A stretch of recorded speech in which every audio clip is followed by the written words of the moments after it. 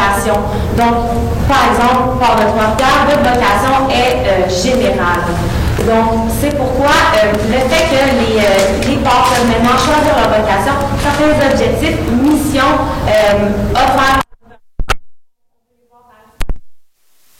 le commerce, maximiser les retombées régionales, minimiser l'impact environnemental, puis on veut favoriser aussi une autonomie financière. Si bien sûr vous êtes les experts au niveau de votre industrie, c'est pourquoi on veut vraiment faire ressortir seulement les aspects importants qui regorgent. Donc en 2008, vous avez planifié un programme de modernisation qu'on appelle le CAP 2020 et ce CAP-là est construit pour augmenter la capacité d'entreposage de 75%. Donc, les principaux concurrents de l'industrie sont vraiment situés pour le port de Montréal, de Québec, Port-Cartier, ainsi que Sorel et bien sûr Sept-Îles. Bien évidemment, il y a ces concurrents-là, mais vous vous situez parmi les trois plus puissants concurrents, dans le fond, au niveau des ports.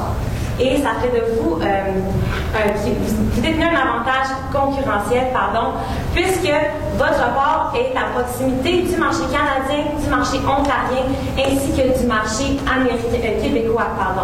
Donc, ça fait en sorte que vos utilisateurs du port, pour eux, c'est un avantage de faire affaire avec vous, puisqu'ils peuvent avoir accès à ces trois marchés beaucoup plus facilement. Et en 2012, pour vous démontrer le fait que vous êtes une entreprise qui est très bien placée face à ça, vous avez pu obtenir 3,3 millions de tonnes de produits. Donc, ces 3,3 millions de tonnes de produits-là sont vraiment à 70% des produits de commerce international. Et vous avez récemment vous êtes redevenu actif au niveau de la granule qu'on va pouvoir vous expliquer plus profondément dans la présentation. Donc, ce repositionnement-là, au niveau de la granule, vient en fait présenter notre mandat qui est de développer une stratégie d'affaires afin de positionner votre entreprise comme lieu de transit intermodal sur le marché mondial de la granule. Donc, avant d'y aller plus profondément avec notre stratégie, on va jeter un coup d'œil à l'industrie de la granule. Donc, qu'est-ce qui vous amène à un retour au niveau de cette industrie-là? Tout d'abord, il y a deux types de produits qui sont différents, soit la granule de chauffage et la granule industrielle. La granule de chauffage qui est principalement utilisée à 40% versus la granule industrielle qui, elle, est utilisée à 60% dans les marchés. Par la suite, pourquoi la granule de bois? Tout d'abord par son prix, donc comme on peut voir comparativement à l'huile de chauffage, l'électricité ou le gaz naturel, c'est un produit qui a un prix moindre, mais plus spécifiquement pour le côté écologique. Donc on sait que c'est un moyen de chauffage qui est beaucoup plus écologique et on sait que dans la plupart des industries actuellement, il y a vraiment une tendance très lourde au niveau de l'environnement. Donc les gens sont beaucoup plus conscients de l'environnement et de l'évolution, si on veut, de l'industrie de chauffage à la granule à bois. Donc, si on regarde au niveau de la consommation dans les différents marchés, en Amérique du Nord, en 2008, il y avait une consommation de 2 millions versus en 2015, on prévoit 5,3 millions, donc une grande augmentation. Le marché de l'Europe de l'Ouest, qui est vraiment le principal consommateur au niveau de la granule de bois, donc 9,0 millions en 2008 et en 2015, on prévoit 15,5 millions. Donc c'est vraiment énorme. C'est vraiment un marché qui a un grand potentiel au niveau de cette industrie-là. On a aussi la carte pour jeter un coup d'œil plus visuellement. Donc on voit au niveau de la consommation à l'échelle mondiale, c'est vraiment l'Amérique du Nord et l'Europe de l'Ouest qui dominent principalement. Pour cette consommation-là, c'est important de savoir qui produit. Donc, au niveau de la production, au Canada, on produit 3 millions de tonnes de granules de bois annuellement, qui est produit d'ailleurs dans plus de 30 usines, et donc 90% sont exportés. Donc, c'est vraiment énorme. Et c'est exporté où? C'est exporté principalement dans les pays, comme on a dit, de l'Europe, donc la Belgique, le Danemark, Pays-Bas, Royaume-Uni et la Suède. On a aussi une petite carte pour jeter un coup d'œil. Ça va être plus long. Donc, au Québec, il y a 4 entreprises principales qui produisent ces granules-là. Donc, Granule LG, Granulco, Lauson Bois Énergétique et les granules de la Mauricie. En total, au Québec, il se produit plus de 330 000 tonnes de granules par année. Et on sait que vous, votre objectif, c'est d'aller transporter entre 400 et 500 000 tonnes annuellement. Donc, on peut voir que le Québec, déjà à la base, représente un bon potentiel d'entreprise pour vous. Et donc, la carte que je vous parlais, donc on voit que la consommation, même chose qu'au niveau de la production, se fait principalement en Amérique du Nord et en Europe de l'Ouest. Ce qui est intéressant d'observer, c'est le transport de cette marchandise-là. Donc, principalement, 90% de l'exportation se fait du port de Vancouver versus 10% qui se font des ports du fleuve Saint-Laurent. Et ce qui est intéressant de remarquer, c'est que pourtant, le trajet est beaucoup plus réduit au niveau des ports du fleuve Saint-Laurent. Une autre opportunité qui est intéressante, c'est le nouvel accord qui a été signé de l'accord de libre-échange entre le Canada et l'Union européenne. Ce que ça représente dans votre industrie comme opportunité, c'est qu'il y a une élimination des tarifs douaniers et ça favorise bien évidemment les échanges commerciaux au niveau des produits forestiers. L'impact que ça a sur vous, c'est que les entreprises vont être beaucoup plus entreprenantes au niveau de l'industrie de la granule et vont pouvoir exporter davantage puisque les tarifs douaniers vont être éliminés. Donc, c'est vraiment une belle opportunité pour vous, donc beaucoup plus de transport maritime. Puis, finalement, les prévisions de consommation, donc on a vu les prévisions d'ici 2015, mais d'ici 2020, on prévoit justement le double de consommation en Europe de l'Ouest. Donc, beaucoup de demandes sur le marché, donc beaucoup de potentiel pour les entreprises ici au niveau de la production. Donc, maintenant, on rentre dans le cœur du sujet de notre stratégie pour vous permettre de saisir cette opportunité. Donc, nous voyons qu'on l'a fait en 3 points. Il s'agirait bien sûr d'aller augmenter votre capacité d'entreposage. Ceci est déjà prévu dans votre plan stratégique, mais nous allons l'élaborer un peu plus ici. La gestion des risques et bien sûr les risques encourus en prenant en charge l'industrie. Et bien sûr, le volet communication, donc tout ce qui va être diffusion de votre nouvelle stratégie, de vos nouvelles informations. Donc, si on commence avec la capacité d'entreposage. Donc, vous avez en 2009 augmenté de 26 000 mètres carrés la capacité d'entreposage du port de Trois-Rivières. Donc, votre objectif pour ce qui est de la granule de bois est entre 400 et 500 000 tonnes par année. Pour ça, il vous va falloir une capacité de 75 000 tonnes environ d'entreposage. Et qui revient à revenu potentiel, vous aviez fourni les données pour un revenu par tonne pour la granule de bois qui était 1,81. En multipliant par 400 ou 500 000 tonnes, ça revient à, en moyenne, 905 000 $ par année additionnels pour le port de Trois-Rivières. Donc, si on va plus en détail pour ce qui est de la capacité requise. Donc, vous avez 2 options pour ce travail. Soit un hangar, soit un silo. Donc, si on regarde pour le silo, vous avez un coût pour le silo de 25 millions de $ versus 14 millions pour le hangar. Par la suite, l'espace requis pour un silo est beaucoup plus restreint. Donc, 6 000 m², ce qui représente 2 % de la capacité totale disponible en ce moment au port de Trois-Rivières, versus 20 000 m² pour un hangar qui représente 8 % de la capacité totale. Ce qu'on peut voir, c'est qu'au niveau du délai de récupération de l'investissement que vous aurez à faire, c'est certain que, étant donné que le silo est beaucoup plus dispendieux, le délai de récupération va être plus long pour votre investissement. Mais on voit pour le hangar, il est plus restreint. Ensuite, pour ce qui est d'entreposage, un silo vous offre plusieurs options. C'est certain que ça va démontrer votre intérêt à vous spécialiser dans la granule de bois. Par exemple, ça vous encourt certains risques, parce que vous ne pourrez pas entreposer autre chose que de la granule de bois dans ces silos spécialisés. Versus le hangar qui vous donne, bien sûr, l'espace requis pour entreposer cette marchandise, mais qui vous donne également de l'espace général pour entreposer différentes marchandises. Donc, nous voulons vous proposer de construire le hangar à ce moment-là. Ce serait l'option la plus avantageuse pour vous. Pourquoi? Parce que ça augmente la capacité, bien sûr, du port de Trois-Rivières, mais non seulement dans la granule de bois, mais aussi dans les marchandises générales. Donc, ce qui va en lien avec votre stratégie de croissance 420. Parce qu'il y a des coûts moindres au niveau du retour sur votre investissement, parce que le délai de récupération, justement, est plus court, et bien sûr, parce que ça vous donne une possibilité d'entreposage général, ce qui vient pallier un peu au risque. On sait que Québec, le port de Québec est en train de construire, justement, le même type de produits spécialisés pour la granule de bois. Donc, Trois-Rivières et Québec sont quand même des régions qui sont très rapprochées. Donc, pour venir pallier au risque, on est certain, on est convaincu que vous allez réussir dans cette industrie, mais on préfère pallier au risque en prenant un hangar d'entreposage général. Comme ça, vous allez pouvoir venir, si jamais la production les marchandises ne rentrent pas assez grandement pour le granule de bois, vous allez pouvoir remplir avec d'autres marchandises dont vous faites déjà affaire dans différentes industries. Donc, le deuxième volet de notre stratégie, la gestion de risque. C'est certain qu'une stratégie comme celle-ci représente non seulement des risques financiers, mais peut avoir aussi un impact autant sur l'environnement, sur la main-d'œuvre et sur la population générale de Trois-Rivières. Donc, quel genre de risque? Premièrement, au niveau des sols, de l'air et de l'eau. On parle principalement de risque au niveau de la pollution, risque de contamination. Le climat sonore, donc toute la construction, c'est certain que ça va avoir un impact sur la population voisine. L'aspect visuel, donc c'est un problème majeur qu'a connu d'ailleurs le Port de Québec avec son projet. Donc les silos qui étaient moins attrayants du point de vue visuel. Donc c'est un effet à tenir compte. Au niveau du transport, de la sécurité et finalement les aspects socio-économiques. Donc c'est vraiment un ensemble de risques à gérer.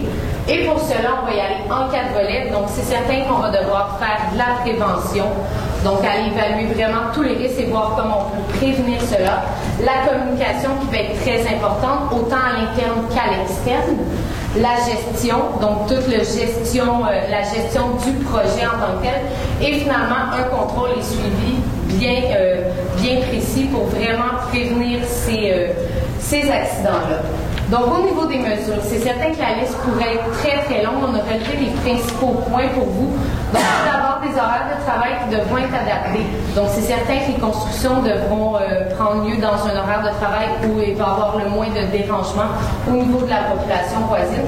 Les équipes de travail qui devront être qualifiées, qui devront être bien formées surtout pour éviter le nombre d'accidents. La modernisation des équipements qui sera très important. Le plan de désaffectation et un plan d'urgence. Donc, un élément qui est important aussi au niveau de la granule de bois, c'est que c'est facilement inflammable. C'est un événement qu'on peut prévenir certainement et on devra établir un plan d'urgence dans le cas où il pourrait avoir des incidents. Puis finalement, le projet d'aménagement vert, qui pourrait être un projet très intéressant pour aller pallier aux risques au niveau visuel. Donc, d'aller établir vraiment un parc vert, si on veut, aux alentours du port, pour que ça demeure quand même un endroit très paisible, très attrayant pour la population ici. Pour poursuivre au niveau de notre troisième volet de la stratégie, on vient axer notre volet sur la communication. Donc, au niveau de la communication, premièrement, on a un slogan ici qu'on veut promouvoir et c'est faites naviguer votre industrie. Donc, on peut vraiment aller chercher les entreprises pour que celles-ci choisissent le port de Trois-Rivières comme premier choix en tant que distributeur, en tant que transporteur, de vos marchandises, des marchandises des entreprises. Donc, d'où le slogan faites naviguer votre industrie. Donc, premièrement, l'objectif de ce volet, c'est de promouvoir les nouveaux services offerts. Donc, augmenter la capacité d'entreposage, bien évidemment.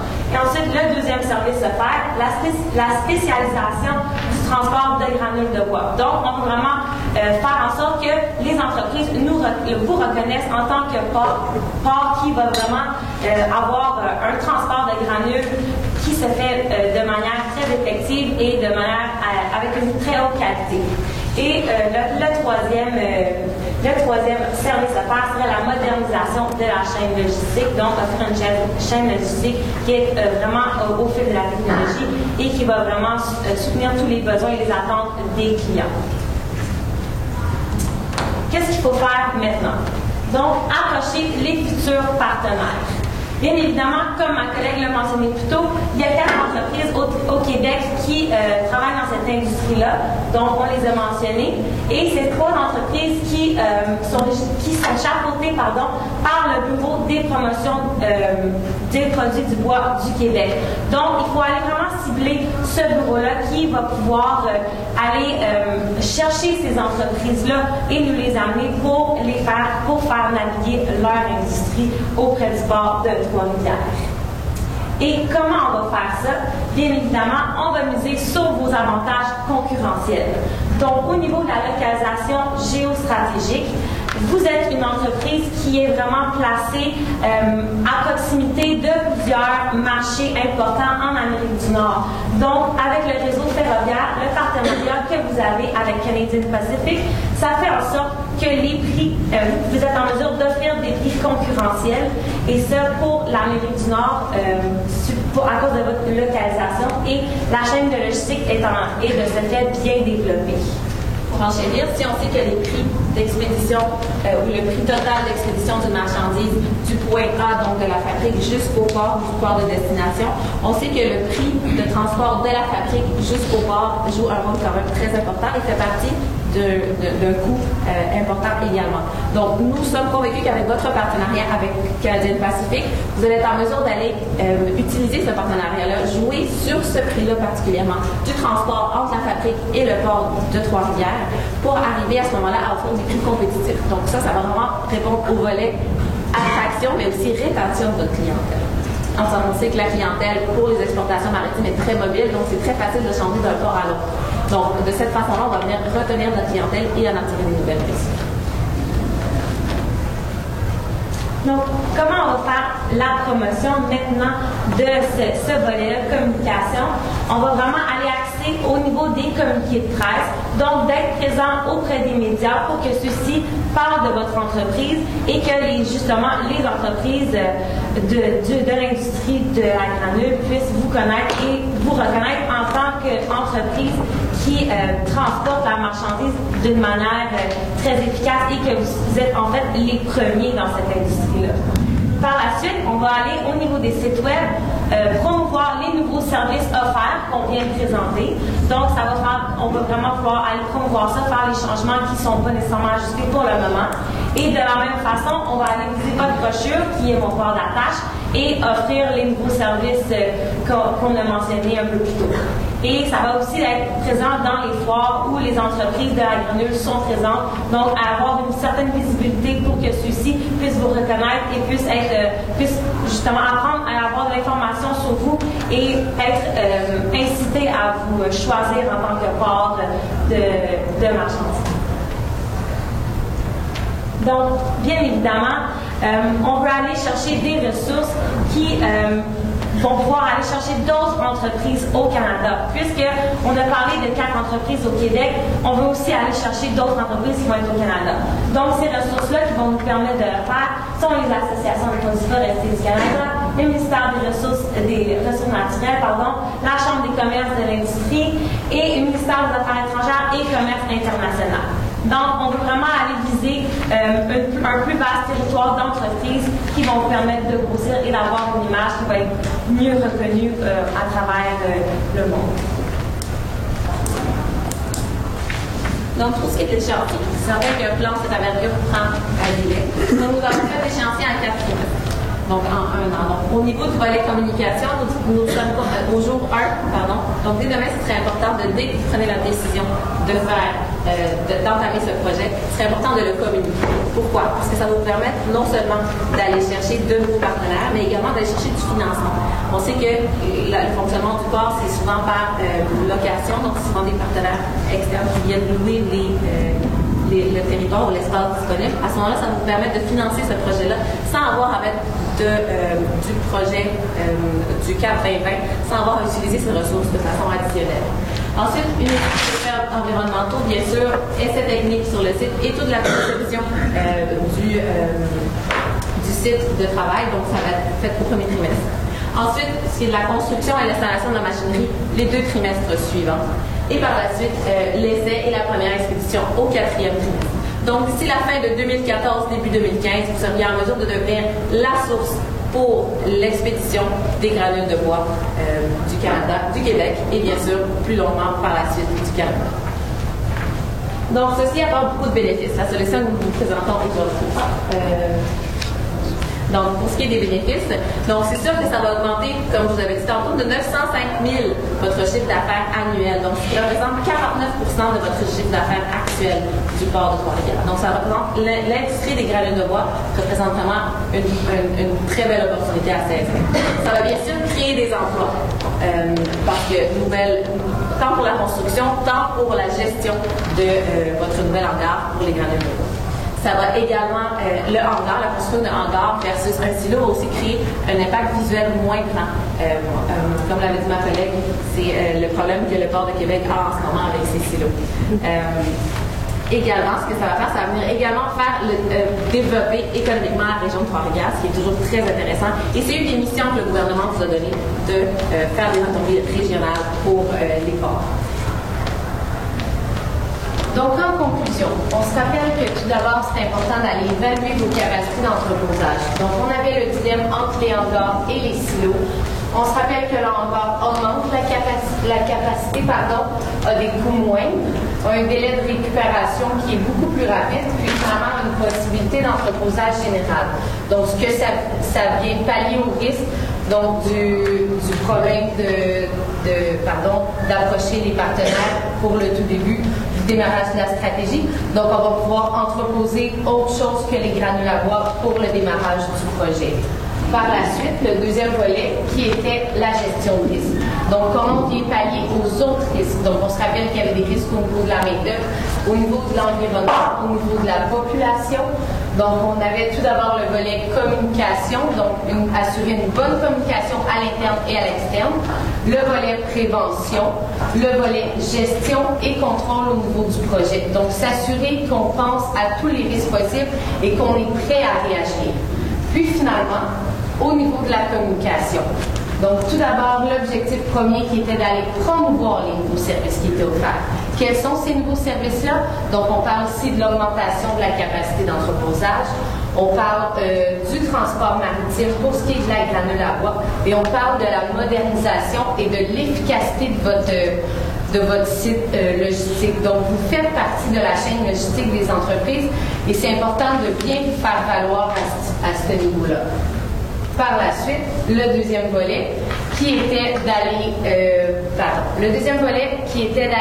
promouvoir. Comment on promouvoit cette image-là?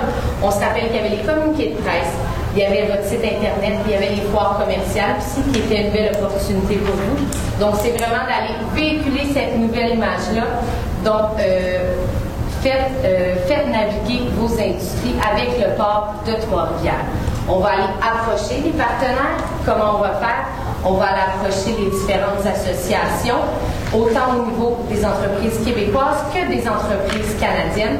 Tout ça dans le but d'aller vraiment rechercher le maximum de partenaires pour vous, pour aller vraiment améliorer la notoriété du port de Trois-Rivières, autant à l'échelle locale, à l'échelle nationale et à l'échelle internationale. Comment? Faites naviguer votre industrie avec le port de Trois-Rivières.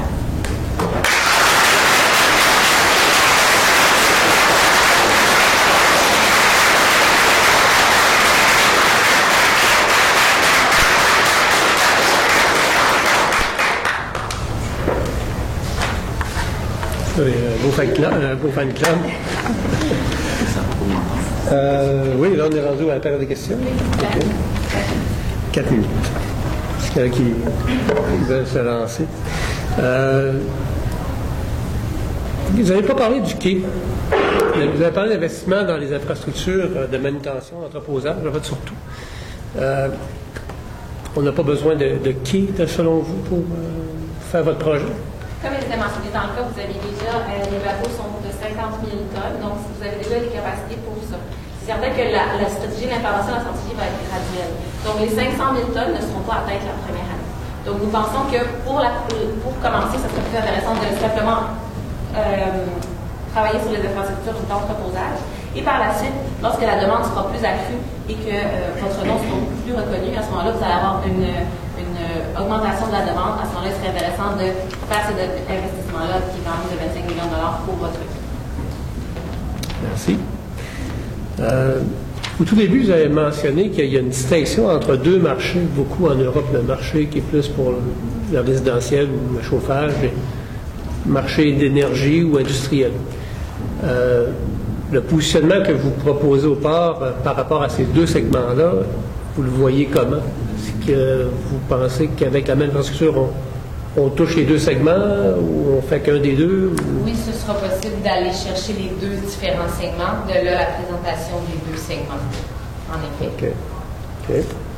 Geneviève, tu as mentionné aussi que le port, c'est un élément de la chaîne logistique. Puis on sait que dans le commerce international, c'est effectivement des très grandes chaînes logistiques du producteur jusqu'à l'acheteur. Mais le port, lui, ne produit pas la matière, on ne la vend pas, on n'est pas propriétaire, on est un lieu de transit. C'est quoi la place que vous voyez pour notre organisation dans cette chaîne logistique pour réussir à que le producteur envoie sa granule au client? Est-ce que notre organisation doit avoir un rôle de leadership dans l'établissement de cette chaîne-là, proactif? C'est quoi le rôle de notre organisation? Oui, c'est une excellente question. Donc, comme on a dit, c'est d'aller miser vraiment sur vos avantages concurrentiels auprès des partenaires. Et là, les associations vont jouer un rôle très important parce qu'en valorisant vos avantages concurrentiels, en allant promouvoir votre nouvelle image, ils vont pouvoir par la suite aller vous recommander auprès des entreprises. Donc, eux, c'est certain qu'ils vous assurent une grande confiance. Donc, ils vous transmettent leurs marchandises et vous, de là, vous faites le transport. Donc, vous êtes un pion très important pour eux et vous allez devoir vraiment aller chercher cette confiance-là et comment avec vos avantages concurrentiels qu'on a énumérés auparavant. Pour vous, c'était aussi dans la question. Votre question était aussi au niveau des services que nous allons offrir, s'il faut y aller plus comme une solution intégrée ou juste pour le service de transport. Si j'ai bien compris la question. Si on veut qu'un projet de granule se réalise, c'est quelle approche qu'on doit avoir en tant que lieu de transit? Est-ce qu'on doit construire ces silos-là ou ces hangars-là? À quel moment? Il faut aller sécuriser des contrats. Mais c'est certain que nous avons prévu, comme on vous avait dit auparavant, le plan de communication dès le début pour justement aller chercher le plus de partenaires possible et sécuriser des contrats déjà avant d'avoir terminé la construction. Par la suite, il est certain que les services que le port de Trois-Rivières va offrir vont venir en complément. Les associations aident beaucoup déjà les entreprises des granules de bois pour tout ce qui est de l'accompagnement de leur chaîne de logistique. Nous, ce qu'on va venir leur offrir, c'est, avec votre partenariat de Canadienne-Pacifique, c'est aussi un projet conjoint. Donc, le transport de leur fabrique au port et du port vers leur destination d'exportation finale. Donc, ça reste quand même spécialisé en transport, mais ce n'est pas non des services conseils. Pascal. 5 secondes. Bon, mais mesdames, je veux juste connaître votre marché cible. C'est l'Amérique du Nord ou c'est l'Europe de l'Ouest? On parle ici des entreprises québécoises, canadiennes, tout d'abord. Ça n'a pas eu réponse.